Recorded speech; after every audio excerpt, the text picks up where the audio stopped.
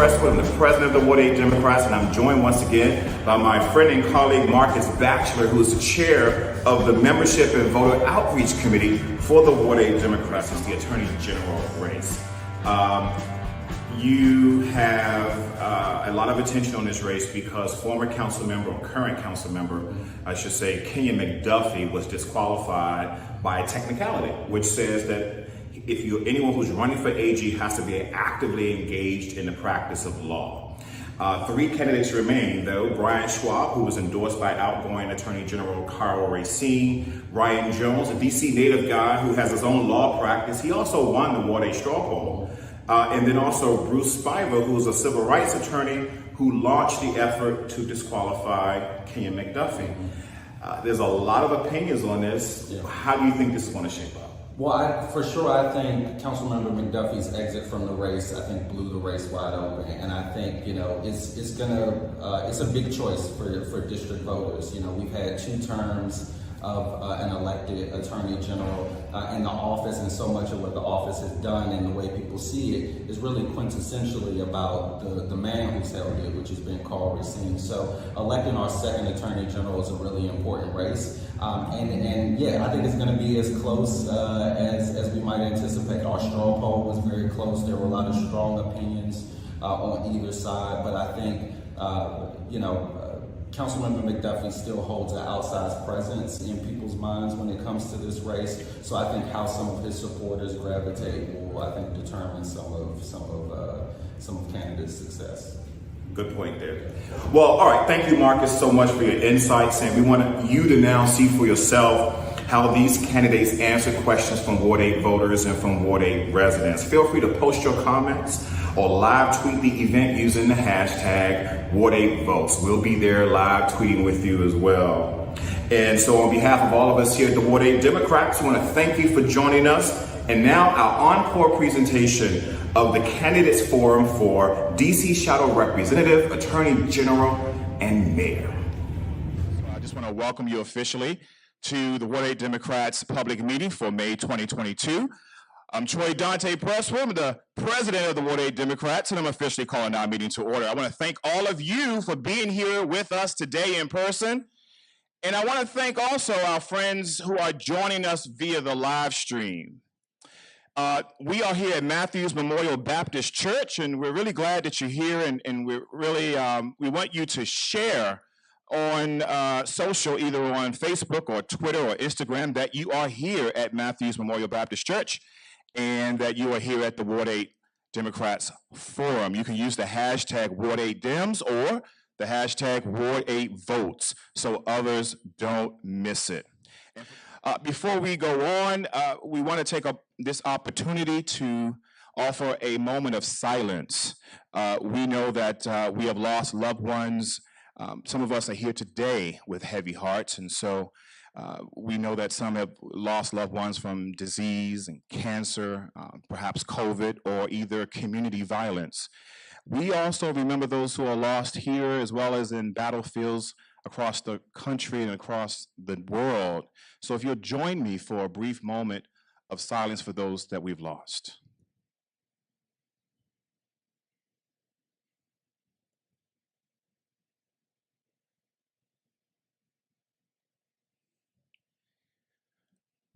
Thank you.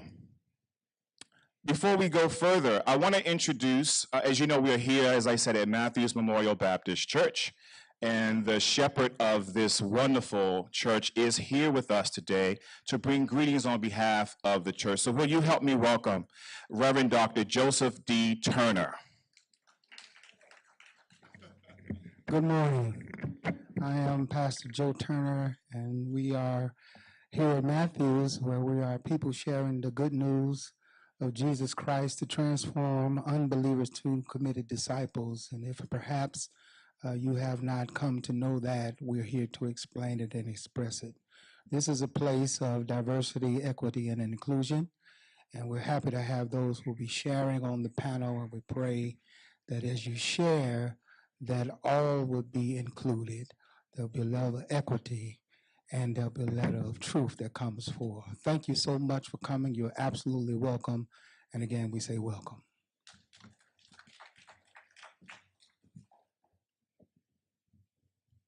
Thank you so much, Pastor, and thank you to all of the volunteers who have been tremendously helpful here at Matthews Memorial Baptist Church. And so we'll name those individuals a little bit later in our program, but I just wanted to just thank you and thank them personally and publicly for their support. Hey, we are being co-sponsored by the DC Democratic Party, and joining us today is the actual chairman of the DC Democratic Party. He is also a Ward 8 resident. If you will help me welcome Charles Wilson, chair of the DC Democratic State Committee. Thank you, Troy, and good morning, Ward 8 Democrats. Good morning. Good afternoon. Good afternoon. I'm excited to be here. Of course, I am also a Ward 8 Democrat, living right down the street in Anacostia. But I want to say, first of all, everybody, we really should give a round of applause to the entire executive committee of the Ward 8 Democrats. Yes, because one, this is a 100% volunteer organization, and every member of this executive committee works really, really hard to be able to engage Ward 8 voters on the political process. So it's always good to say thank you. We appreciate the work that you do because sometimes this is a thankless job, and I know they work really hard. So I also want to bring greetings on behalf of the entire DC Democratic State Committee. After this, I really want to encourage you. One, yes, listen to the great conversations that you're going to have today about how we improve the quality of life in the District of Columbia and how we get statehood. But I encourage all of you to get involved with the Ward 8 Democrats. If not the Ward 8 Democrats, get involved with your community and civic association because at the end of the day, we can elect who we want to elect. But the only way our neighborhoods become better, our communities become better, our schools become better, our streets become safer is when you get involved in the process. So enjoy today's discussions and make sure you get involved. Thank you.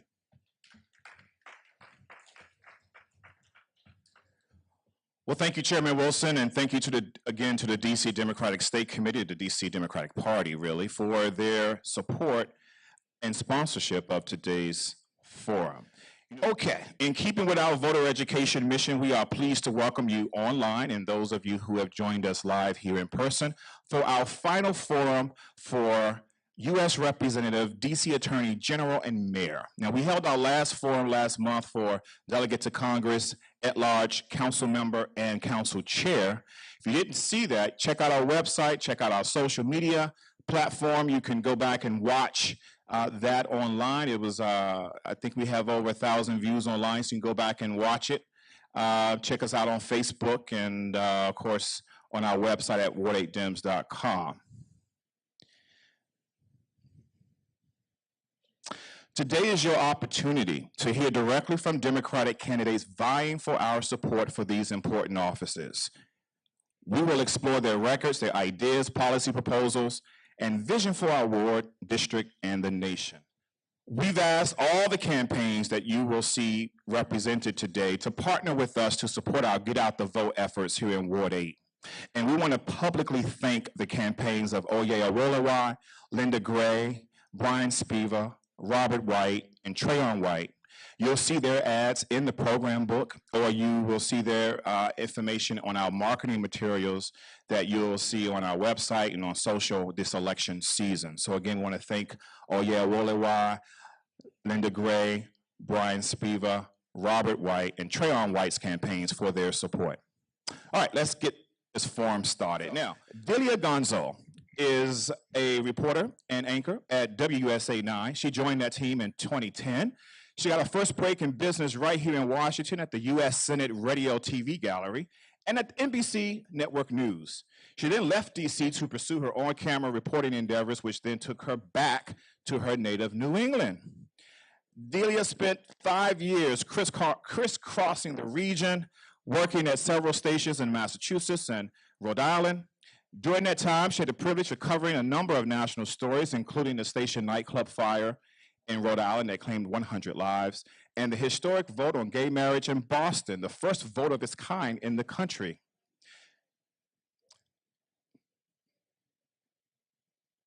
Thank you. Thank you. All right, for those watching online, we just had some folks talking. We had to get them straight.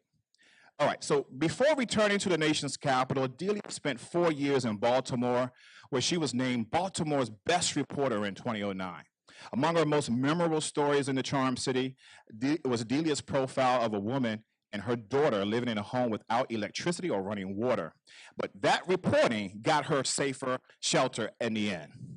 Her reporting on the homeless here in DC has helped people get off the streets and reunite families. She has a passion about reporting facts, challenging the status quo, and telling compelling stories at the heart of our community. Delia is a first-generation Cape Verdean American born in New Bedford, Massachusetts, of immigrant parents who taught her the invaluable lessons of faith, hard work, and perseverance. And she lives east of the river with a husband and 3 daughters. So will you please welcome our moderator for the next 2 forums, Delia Gonçalves.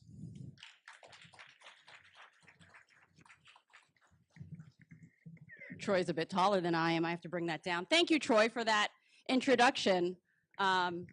It's always interesting to hear your own bio read from someone else.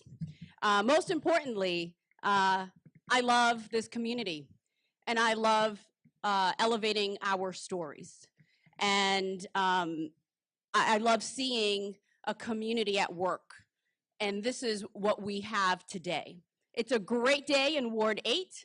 Outside, downtown Anacostia is buzzing, and this historic church is buzzing as well. A great day of community where folks are being active, civic members of their neighborhood, and engaged participants, and really invested in the future. So I thank all of you and all of you online for investing into the future of this community and investing a portion of your afternoon. So let's get right to it, and let's meet our candidates. So before we get into that, a little housekeeping. So here's how we will proceed with today's forum. We'll engage in 2 different conversations. Of course, we already had one debate earlier today. DC Attorney General is currently going to happen, and then Mayor. So our aim is to open the candidates up to learn more about their policy proposals and visions for Ward 8 and the district as a whole. Each conversation will last about an hour and will be debate style. I'll ask a few questions, but really this is all about you and for you. So we want to have a discussion. We want to open this up to the community. So a lot of you received index cards when you came in. Hopefully you wrote down some questions. And folks online, you can feed your questions in through the chat and use the hashtag Ward 8 votes, and we will monitor the chat and try to get to as many community questions as possible. So here's how this round will go. Each candidate will be given 1 minute for an opening statement. We'll start with 1 minute responses. As we move closer to the end of our debate, we'll shorten up the responses to about 30 seconds. We will try to have a rapid fire question period with short yes or no responses based on the questions that we receive, and any necessary rebuttals will be given 30 seconds. So candidates, if I know you are no stranger to this, if you are named directly in a response, you will have 30 seconds to rebut. So let's meet our candidates. Brian Schwab, Ryan Jones, and Bruce Spiva. If you gentlemen can please join us on the stage. Round of applause for our candidates.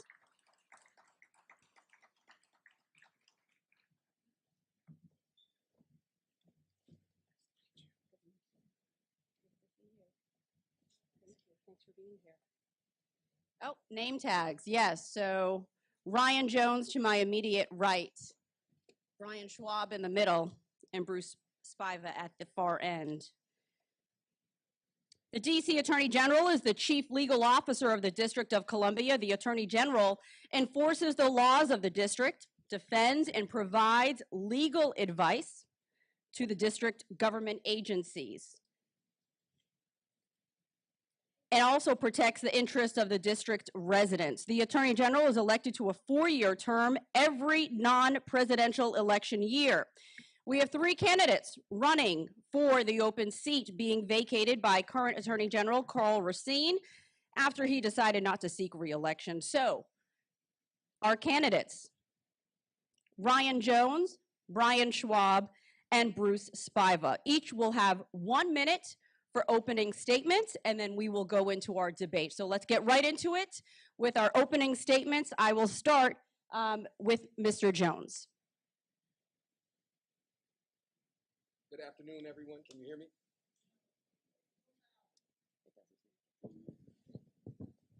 There it is. Good afternoon, everyone. Can you hear me now?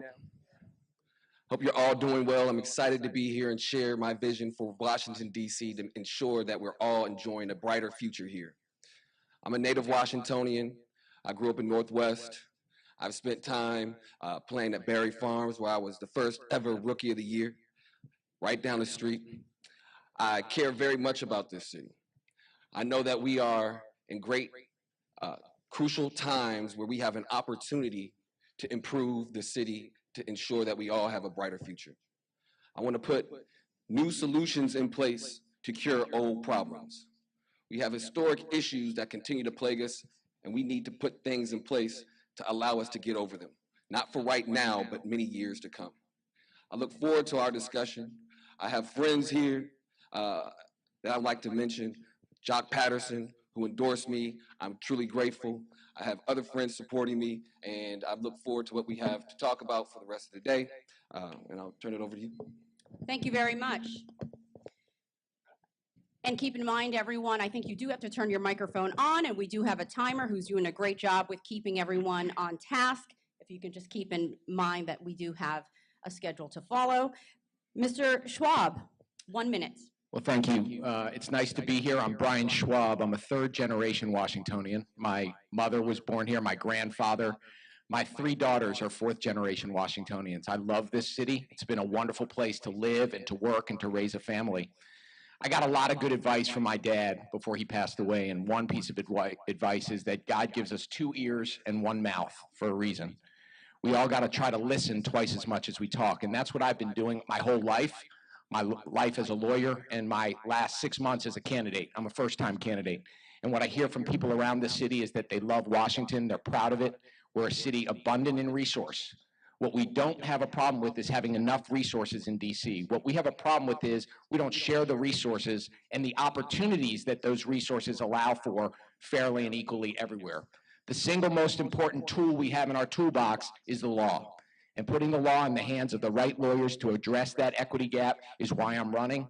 It's what I'm going to do every day as your next Attorney General, making sure we're working as hard as we can to make the city as it is closer to the way the city as it should be. Thank you, Mr. Schwab.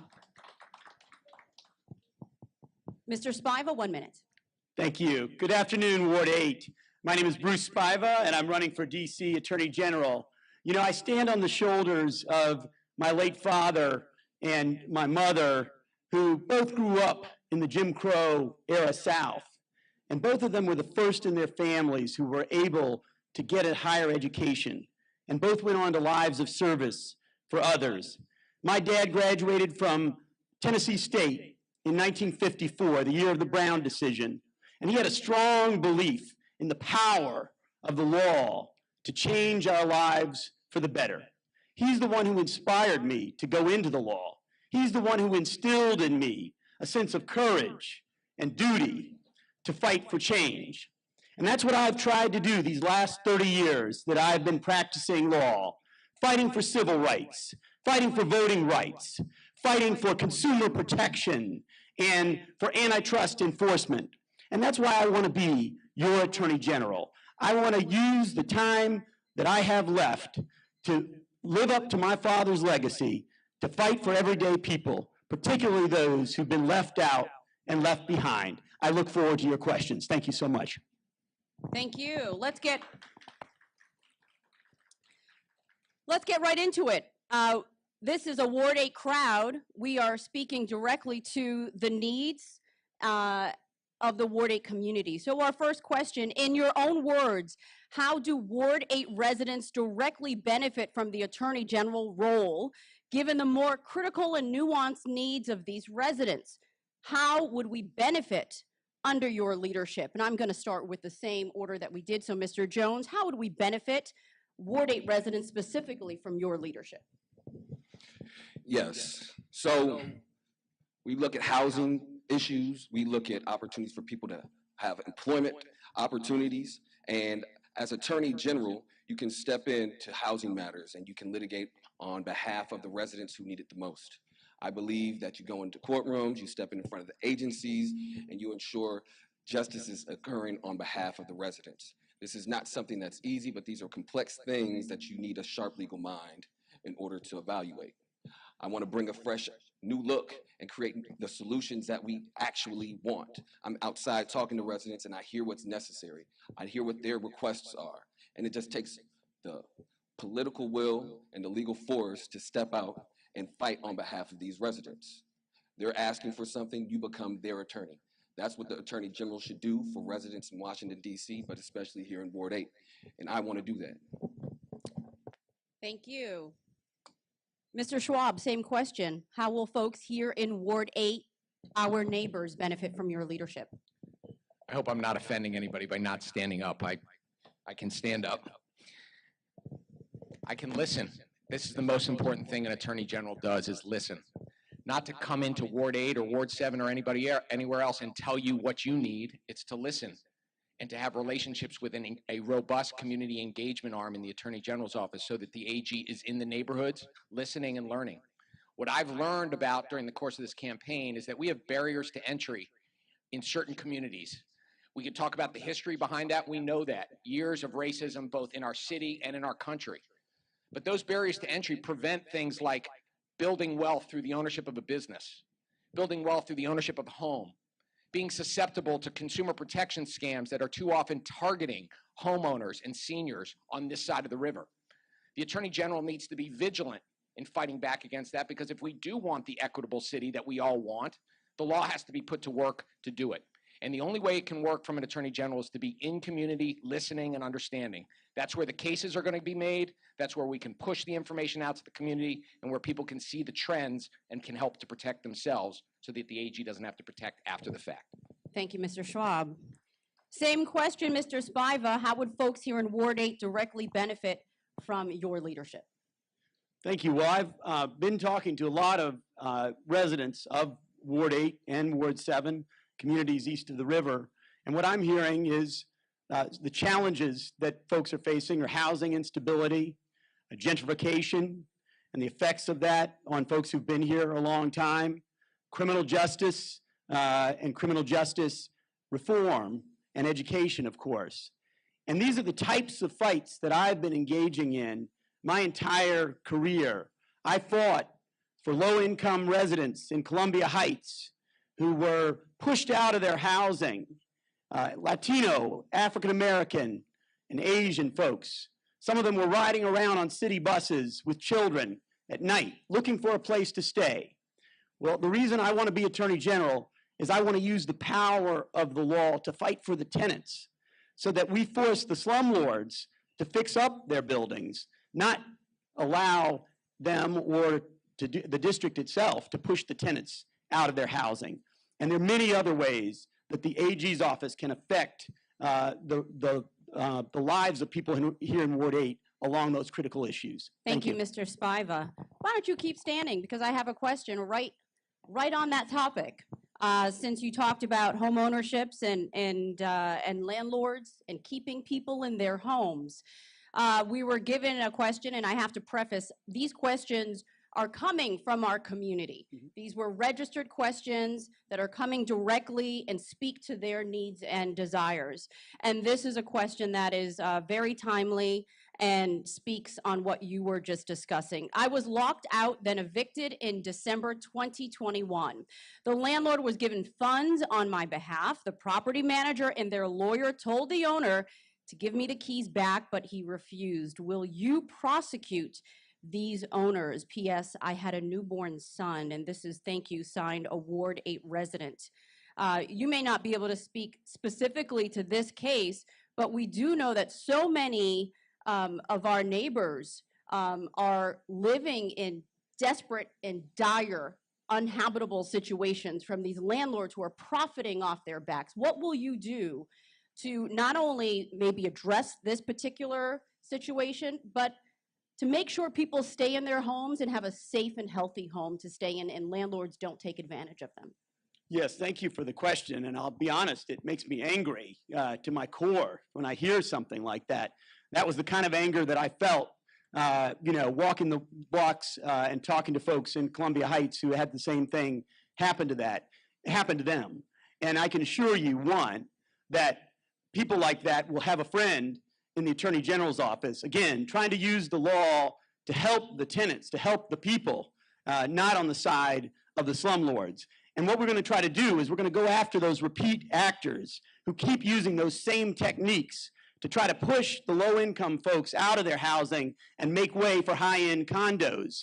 We're going to put those, thank you, we're going to put those landlords into receivership if we have to and make the repairs ourselves. And we'll force them to sell their buildings to someone who will keep it up for the people. I can't promise that I can solve every problem in every situation like that, but I can promise you that I will fight for you every day. Thank you. Mr. Schwab, same question. What will you do about what people call and describe as deadbeat landlords taking advantage of our residents, our neighbors? And in this case, this landlord was told by the lawyer to give the keys back and refused to do so. Yeah, the first case I ever tried when I was a second-year law student was a woman with 2 young babies. I'll never forget Sandra Andujar and her 2 young kids being threatened with eviction in the middle of the winter in Boston into the cold. And I saw firsthand what it meant for an advocate to stand up, to go to court and prevent injustices like that from happening. And you are right, these things happen way, way too frequently in our city. We have to understand what are some of the root causes as to why we're seeing the affordable housing crisis in our city and why we're seeing landlords behave in a way that is unlawful. As your AG, it's important to make sure that the law is rigorously enforced because that's the law. We have good housing laws in the District of Columbia. We need to enforce them with lawyers who are smart and know how to put the law to work. We also know about the basic human dignity of living in a place that's warm and safe. It's a basic human right. But it's also critical for us, if we want to work our way out of the affordable housing crisis in our city, to make sure we don't allow units of housing to fall out of the housing stock. And that's why an aggressive AG protecting the existing housing stock is critical, and that's something I will lean into as your next AG. Mr. Schwab, thank you. Mr. Jones, same question. 1 minute. In the practice of law, you have to analyze facts. You find your issues, and you step out zealously, and you fight on behalf of your clients. I've been doing that. I've started out in landlord-tenant, and I've seen tons of cases just like this. I have a present matter pending right now with a property not too far from here where a tenant is fighting to stay. The tenant's not only fighting to stay, but fighting to purchase that property, and we're in tough negotiations right now. And these are the types of things I believe an attorney general can step up to the plate and address. What they can do is make it sure that people aren't comfortable putting these policies in place and continually finding ways to force folks out, trying to find a way to maximize their dollar while not caring about what happens to the person on the other side. After learning everything you need to know about the practice of law, who you are becomes more important. What types of issues are you fighting? What's your value system? That's what matters. And I'm saying I have the values. I know what needs to be done, and I'll take these fights on. Thank you. Next question, again from our community members. If implemented correctly, community policing involves MPD very little. Residents do not feel protected in this endeavor. How will you improve the community's involvement in policing neighborhoods when they do not feel safe sharing information or camera footage from home security systems? We hear it all the time. We need neighbors to come forward and help the police. The police can't do it alone. But if the folks don't trust the police, then it's very difficult to come forward if they fear retribution and retaliation. So I will start with Mr. Jones.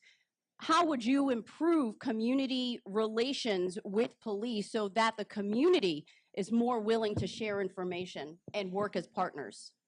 I think everyone's aware of the Cure the Streets program, right? Yes? All right. So I believe Cure the Streets can be used as a way to help with policing in our city. I think it's a way to allow folks to Go ahead. The thought is to use Cure the Streets to partner with police, repair the relationships that we've had. It's a historic issue. And we need to find ways to step to the plate differently. These are creative ways to do it. We're not saying, hey, look, you nonprofit group, you go figure out what's happening in the problem in the streets. But you got to work with the people that are given the authority to make these decisions. And we have to cure and repair relationships. And this is a long problem that we have. This is a problem that requires a lot of time to resolve, but we have to start. And it's right now that we have to do it. Those would be something, that's something that I would do. Also, going into the police force and resolving the issues there that create the historic problems that we've had between the community and the police in general. Thank you. Mr. Schwab, same question. How would you improve community relations? Well, it is essential for the safety of our city and the community relations that there be a better level of trust between the MPD and communities, particularly communities here in Ward 8. The police have to be part of an overall solution, but we need to be thinking about how police are being used. We too often put police into positions where they're not well trained or well expected to do the work. Certain crises better call out for a mental health professional or domestic violence professionals, or perhaps substance abuse professionals who we can partner with our police, or better yet, can have those types of professionals called to a crisis instead of the police. But here's one of the key things I'm going to do as AG, because the AG's office represents the MPD along with lots of other agencies. We've got to try to create a greater sense of transparency from our police department. We need to see the data on stops, on seizures, on what's happening, not just to make sure the work is being done in a constitutional and lawful way, but we want to know, is it effective? Is it working to help us become a safer community? Only by greater transparency from the MPD can the community start to get a level of trust, and it happens in small steps along the way, but steps on trust build on other steps. Thank you, Mr. Schwab. Mr. Spiva, same question. Thank you. We've had a recent report on improvements to the policing, and we need to not let that sit on the shelf and gather dust. We need to start implementing some of those suggestions. I also think that there are situations now where the police are called upon to respond to what are actually behavioral health issues, mental health issues, that they are not trained to solve.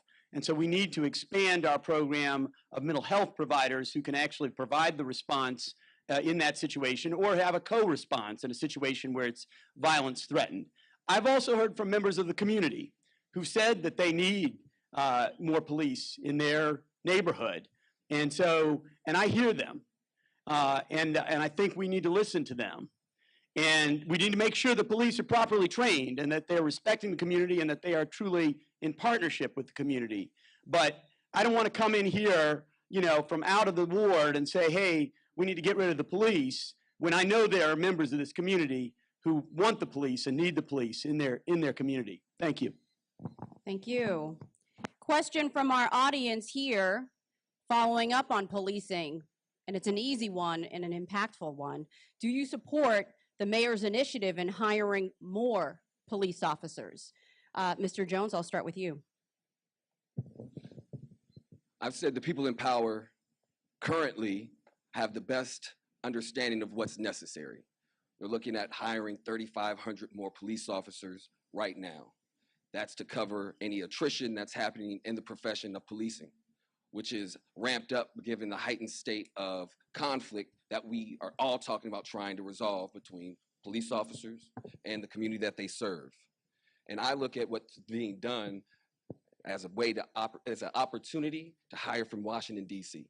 Hire people from right here in the neighborhoods, the people that know who they will be policing, so that they have an opportunity to work collaboratively, and that policing can, the marred history of conflict between police and those in the community can resolve when it's somebody that have known for a very long time.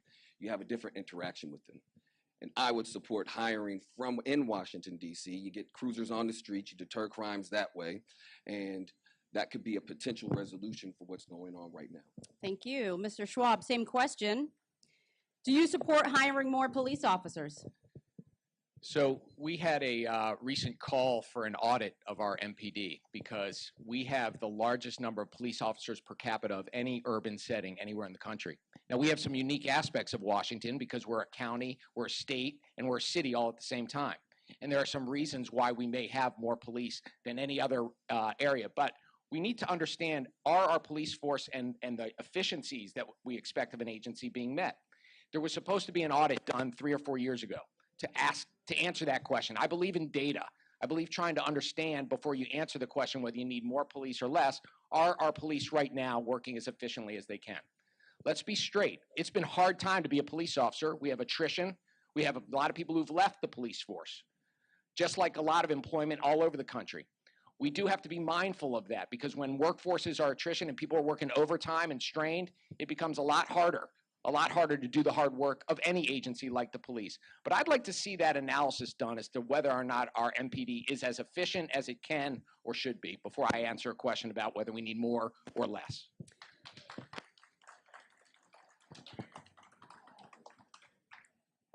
Yeah, I tend to agree with Attorney Schwab that we need an audit, I think, to answer this question. I think it's an arbitrary question, though. I'm not faulting your question, but it's an arbitrary issue. Should the number be X versus Y, particularly without that kind of a look? But also, sure, if response times are going down, yes, or going up, then yes, that would tell you need more police. But we need to do other things as well. We need to be making sure that we're providing the types of mental health counseling that keeps people from getting into trouble in the first place, substance abuse counseling, economic opportunity, addressing housing instability. And so I think it's a false choice between police on the one hand and public safety on the other hand. I think you need both in order to achieve public safety. The last thing I'll say is that we incarcerate more people in this country, 6 times more than any other Western democracy, and yet we're less safe. So ultimately, the only way to achieve a solution is to do these other things as well. Thank you. Thank you. These, again, are questions coming from our community members and our audience members. And in the same vein, I do want to talk a bit more just about police. Same audience member asked, do you support police in our schools, and do you support offering incentives for more officers to join the force? So 1, do you support police in our schools, and do you support adding incentives? And let's just do this as a rapid fire. I think we could answer those questions in a fairly short 30-second response. I'll start with you, Mr. Spiva. Do you support police in our schools? And do you support offering incentives for folks to join MPD, such as housing supplements and signing bonuses? And I'll give you 30 seconds each to answer those questions. I think with the question of police in schools, our ultimate goal ought to be that we don't need police in schools. I do think it's not a one-size-fits-all solution, that this ought to be community-based. The community and the school ought to have the option, if they feel the need, to have police in their schools, because I have talked to people who feel that way. But we also have to make sure that the police are trained correctly so they aren't traumatizing kids by their presence in the schools. And with respect to, can you remind me the second question? The second question was incentives for folks to join MPD. I support and that. I'll give you 15 out of. I'll give you a short answer. Yes. Okay, sounds good. It was a 2-part question. 30 seconds is a little tight. So we'll give you 40-ish or so, okay? I'll wrap you up when I see you When I need you. wandering, when you need me. Go ahead, question number, do you support hiring more police officers in the schools, and how about incentives? Look, I think it's really hard to be a high schooler in the best of circumstances or a middle schooler. We all maybe remember those days, how hard it is. And being in fear on the way to school or being in fear in school is it's going to make it even harder to be a student. That's the reality. We also have a reality that our current DC Council has already decided that we are going to step down the number of resource officers and police in school. In fact, we're going to be down to 0. We're going to be down to 0 in 5 years, and that's the voice of our community. I think what we really need to do is focus on the root causes of why kids are either falling out of school or falling into trouble at school. instead of always responding with more police, more security officers, and tamping down kids. Kids shouldn't feel like they're criminals walking into a school. That deters the ability to learn. As far as incentives, I think police officers, as well as mental health professionals, nurses, we need more working folks to be able to afford to live in our city. And if we got to give incentives, not just to police, but to mental health therapists and teachers and nurses, then yes, I think we should do that. Okay, that's your time. Thank you. Mr. Jones, same two questions. I say these are our children that we're sending to and from school that we have to keep safe. And what does that look like? It's not a one-size-fits-all solution, and people need to feel safe, and sometimes having a police officer there makes people feel safe. On the other side of the token is having a police officer in a school that then disturbs the children and prevents them from having a good learning situation that puts them on a track to have a better life. And I think that's what we all want. So we have to make smart decisions over and over and do hard work. Put your hands into the soil, figure it out. Figure out what these communities need and not come with answers, but come with answers that work for the questions that you guys have for us. We're here to serve you. If this is what you need, this is what we will give you, okay? Should we incentivize police to be hired here in Washington, D.C.? Yes. Okay, thank you. I appreciate the lively discussion, and we all want you to give us your feedback. But let's respect the candidates who are here so we can all hear their answers to these very important questions that all of you do have. So let's move on with a question here.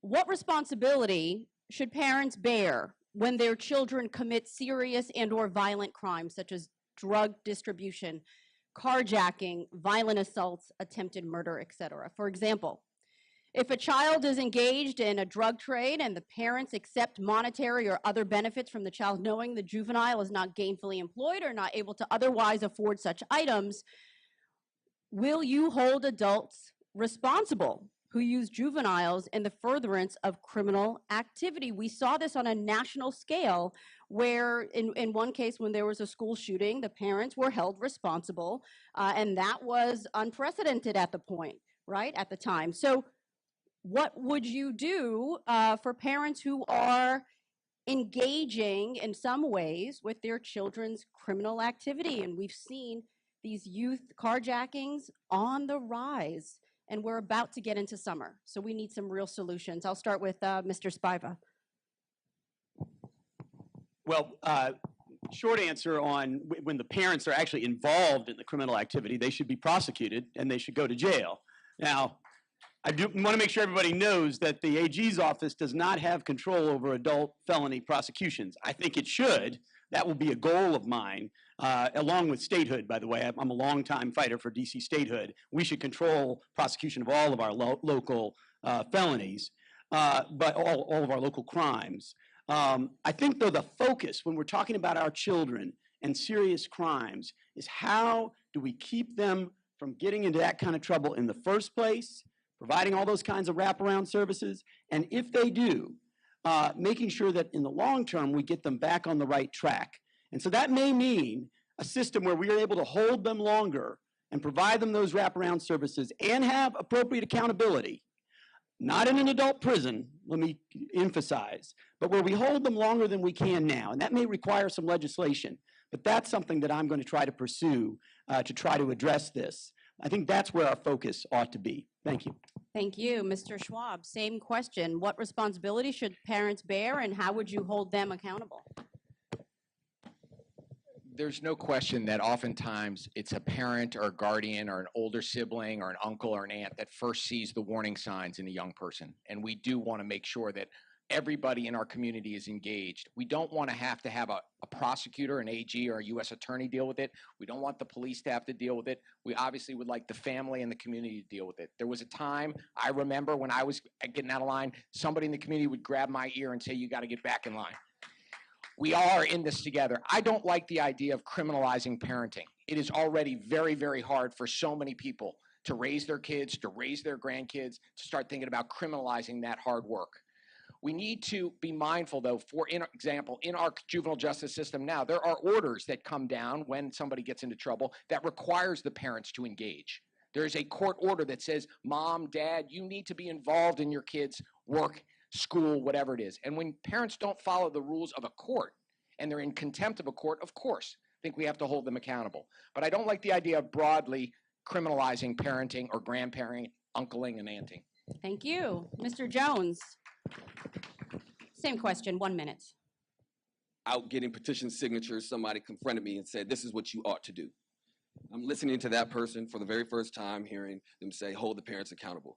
They know better than anyone else that they don't have a job, they can't afford this stuff that they are bringing into the homes, and they're also benefiting from it.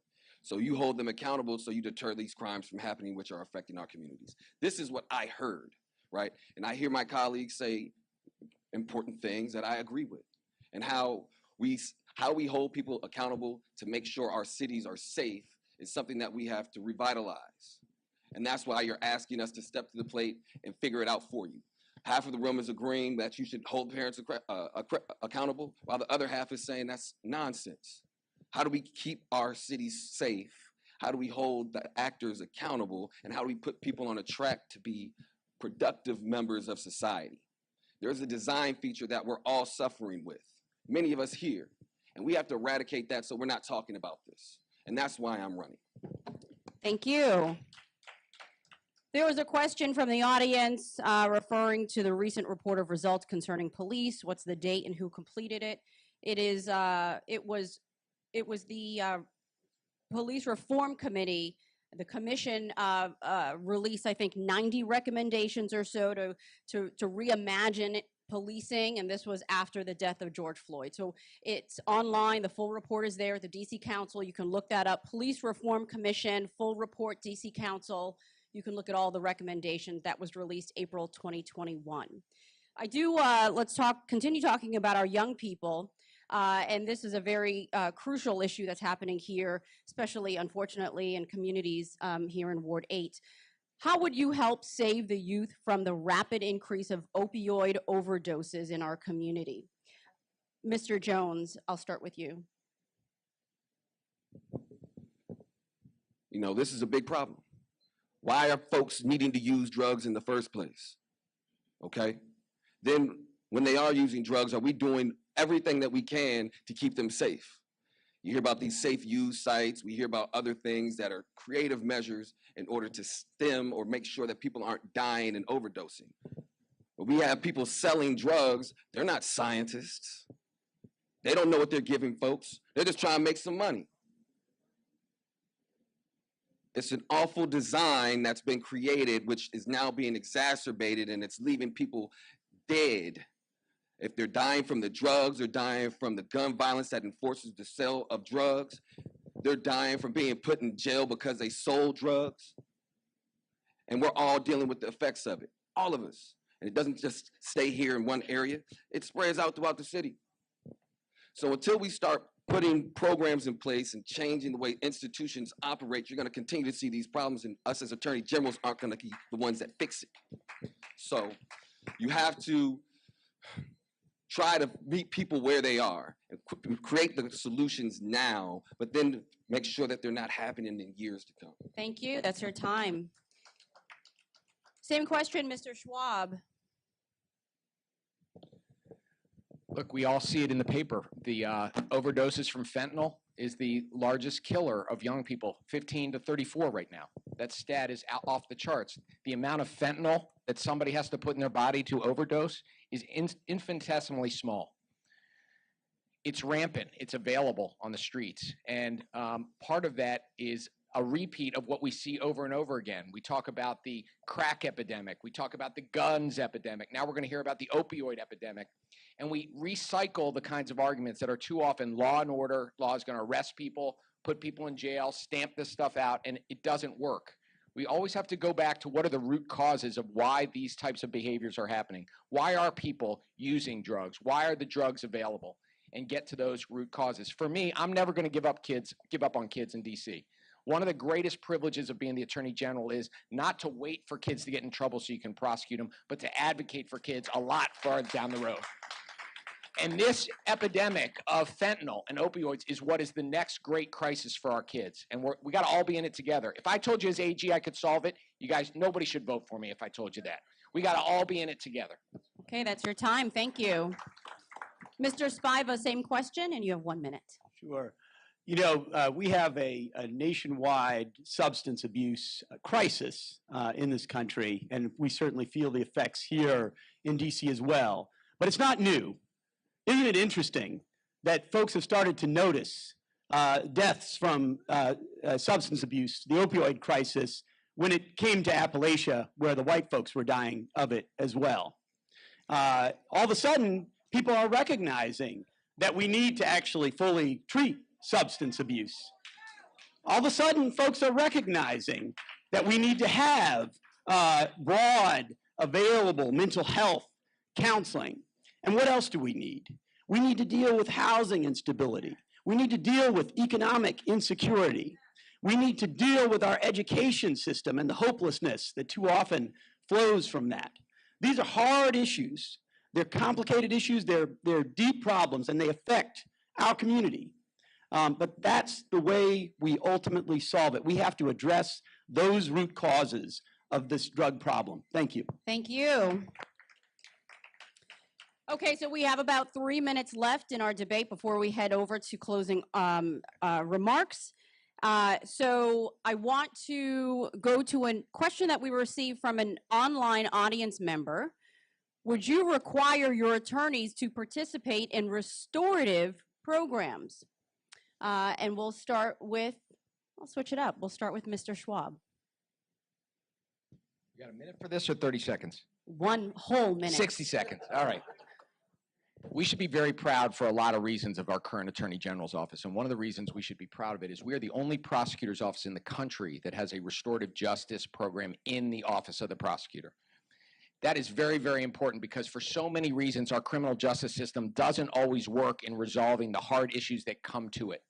For example, when cases can't get made because the evidence is bad, the witnesses go bad, if you either are a prosecutor that says, I'm either going to prosecute or drop the case, you lose an opportunity for closure, for the agreement that can be reached through a restorative justice process. Too often victims, families of violence are not given voice in our criminal justice system, particularly our juvenile justice system. Restorative justice allows victims and their families to have a voice, for people to get to an agreement as to what happened and how are we going to make sure it doesn't happen again, for real empathy to be shown and for an agreement to be reached, because that in the long run is what we want to do, is break cycles of trauma, retaliation, violence, trauma, retaliation, violence. And restorative justice is showing the promise of that in Washington. And I will look for ways to expand it to more violent crimes than the current low-level crimes it's being used in. Thank you very much. Mr. Jones? Can I have a question? Sure. Would you require your attorneys to participate in restorative justice programs? Absolutely. So a senior came to me. She said one of her neighbors walked up to her, knocked her down, and she suffered an injury. And now she's dealing with an assault matter, saying, how are you going to help me step to the plate, things of that nature. Now you're talking about a senior, somebody that's in their 70s. What would you want to have happen to that gentleman that knocked her over? What would be justice in that situation? What would you want to do? I don't have the answer, right? So a restorative justice program, you're not going to try to go and lock up a senior for knocking her down, but you can go into a restorative justice program like the one that's been set up and allow them to sit across the table from one another, agree and resolve their problem in an amicable way, right? She feels seen, she feels protected by her government, and this gentleman knows not to enter into that type of conduct again with any of their neighbors. That's one issue. But then we have young folks dealing with it. And we want to make sure that they don't re-engage in violence or, engage in carjackings. And we got to make deals so that they don't enter into this life of crime and find themselves on the margins of society. And now we're talking about all the previous questions happening again and how we're going to resolve that for them. So that's what the restorative justice program is all about, making sure that young folks aren't on the margins for the rest of their life. Thank you, Mr. Jones. Mr. Spiva, restorative justice programs. Yes, I support the program. I think it provides an opportunity in the appropriate cases for there to be healing by the victim. It's a victim-centered program. and at the same time, real reform by the person who committed the crime if they come to understand the damage that they've done, the injury they've done to the victim. They sit down together and meet. I think we got to be careful because there's some circumstances where we don't want to re-traumatize the victim. You might have a domestic violence situation where already you have difficulty actually bringing the perpetrator to justice because they have this psychological control over the victim. So we got to be careful. But in general, I think it's a very good program, and it's something that I would support. Thank you. Thank you. Our last question combines a few issues here. One of my own question that I came with, and then some from the community members that I see. This race started with 4 candidates, and Kenyon McDuffie is no longer on the ballot. Ron Moten, who was a prominent business and community leader here in Ward 8, penned a post opinion calling the Attorney General race a state of emergency, and said that there should have been a little more interpretation into the law, allowing a DC native, a black son of DC, to serve and to run for his candidacy in his own city. So I'd like to take some time and give you each a minute to talk about how you think that move, that strategic move that occurred within this race, how do you think that's perceived by the community? And I'll start with Mr. Spiva. Thank you for the question. I think the community is not a monolith. I've talked to many people about this. I've reached out to Councilmember McDuffie and many of his supporters, and I understand that he and many of his supporters are disappointed, and I understand that kind of frustration. I've lost cases before. I've had personal disappointments before, so I understand that. But I brought that challenge in good faith because I believed, although he's a dedicated public servant who's done a lot of good things on the council, that he didn't meet the minimum eligibility requirements. The Board of Elections and the Court of Appeals that heard it unanimously agreed with me. So now I'm moving on, and I want to tell you why I would make an extremely qualified person to hold this office based on my 30 years of service to the people, fighting for civil rights, voting rights, consumer protection. And that's the kind of experience that I'm going to bring to the job to try to make things better for folks who've been left out and left behind. Thank you. Thank you, Mr. Spiva. Mr. Schwab, how do you think the removal of Kenyon McDuffie from the ballot is interpreted by these community members? What do you think it means? Well, I'm a first-time candidate, and I had a conversation with my 3 daughters and my wife, Mickey, before I got into this race, and what we talked about was we wanted to lead a campaign and run a campaign consistent with my values, where we elevate, where we talk about issues, and we try to get away from the division that's too much a part of our political conversation. We have a huge competitive advantage in Washington, D.C. because we don't have the red versus blue problem that communities have across the country, where they can't even get in a room and talk about things they disagree with. We don't have that problem. We do have divisions, though, in our city. And I think that when we are politicians and we're engaged in the process, we should be thinking about minimizing divisions and bringing us together. And I thought that the process was a divisive one. I was aware of the arguments. I exercised judgment in my campaign without knowing whether it was strategically in my interest, just like my decision to be a fair election candidate at the beginning of this race was not made with any sort of understanding as to what the tactics would be, but trying to do the right thing. I hope we can get past this. I hope that we can be a city that becomes united on issues, because we need to be together to fight these really tough issues that affect all of us in Washington. Thank you, Mr. Schwab. Mr. Jones. This is a tough situation to address. It's very unfortunate what has occurred, and I'm very sorry for Kenyon and his supporters and the people who wanted to give him a shot to represent Washington, D.C. I look at my colleagues, a very sharp attorney, a very sharp attorney. These guys know the issues, and they can advocate zealously on your behalf just as he could. And they've stuck out here, and we have real problems that we're talking about. We have real issues to still resolve, whether Kenyon McDuffie's on the ballot or not. And to sit back at home and be sad and disappointed is a mistake. You better step to the plate, because this is the 3 people that are up here. And these are solid attorneys, and they're good people at heart. He did what a lawyer did.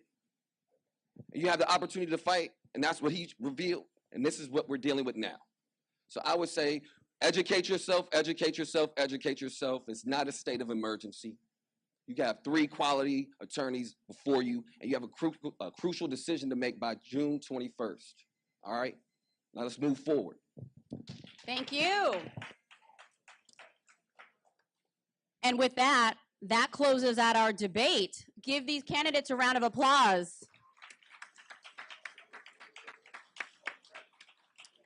And so we will now offer a 1-minute closing remark to each of our candidates. And we will take a break. I know you've been sitting for a while, but if you can give us your attention for about 3 more minutes, that's all we need. If the audience can just quiet down and we can give our attention and respect to these candidates who've given their time and really answered some very difficult questions that I think were important to a lot of folks who are here. So Mr. Spiva, your 1-minute closing remark. Thank you so much. You know, a great Washingtonian whose house is not too far from here, Frederick Douglass, once said that power concedes nothing without a demand. It never has, and it never will. When we see an injustice, we have a moral obligation not to walk away, but to fight to try to change it. That is the reason we were put on this earth. And that's why I've been fighting for 30 years for civil rights and voting rights, consumer protection. I want to fight for housing justice. I want to fight for criminal justice reform. I want to fight for consumer protection. I want to fight for environmental justice. These are not issues that just came along for me during this election season. These are the types of things that I've been fighting for and winning on behalf of the people for 30 years. So if you want a leader who is ready to walk up the rough side of the mountain for you and to inspire others to join us, choose me. I'm eager and ready to do the job. Thank you. Thank you. Mr. Schwab. Folks, please, just a couple of more minutes, please. We need to move quickly so we can get to our mayoral debate. Mr. Schwab, you have the floor. One thing I think everybody who lives in Washington should be proud of is the state of our current Attorney General's office. Under Carl Racine's leadership, the first independently elected AG in our city's history, we have an Attorney General's office that is a premier AG office, recognized across the country as one of the top state AGs. The level of talent, the level of hardworking professionals and lawyers that are working in that office fighting every day for us, we should feel good about that. I'm very, very proud that the 700 full-time equivalents and that $150 million budget a year, that office that serves all of us so well, its current leader, Carl Racine, has endorsed me as the next Attorney General. I'm also proud that the Attorney General before him, Irv Nathan, has also endorsed me. Those two gentlemen approach the job very differently. They may not agree on very much, but one thing they agree on is that the experience of lawyering for 30 years, trying everything from death penalty cases in Alabama to billion-dollar civil cases and everything in between, leading large teams of lawyers, hundreds of professionals, managing a large budget and coming in independent is critical to the job of the AG. It's a hard job. We've got hard questions before us, but we need somebody on day one who brings the skills, the experience, and the heart to fight for all of us in DC and our city, and I hope you'll get behind me. I hope I'll earn your support, and if you want to find out more about me, it's Brian with an I, FORDC.com, and thank you very, very much. Thank you. Mr. Jones, your 1-minute closing remarks. 2020 revealed a lot of the problems that we have in our society. It highlighted all of them, and it exacerbated them. It hit the communities in harder ways than in others. And I decided we needed to step up to provide new leadership and provide new vision to cure these age-old problems. I know that we need to rewire a system in order to uplift and empower people. I put it right on the back of these shirts. And it's important that I say that because when I go in all of these courtrooms, I know what it's like. I've been in the Court of Appeals. I've been in federal district court.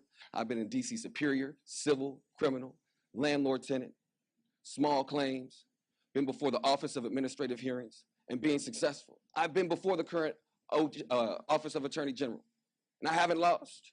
It's just a fact. And I came to this point to say I need to step up and help more people. That's why I'm running.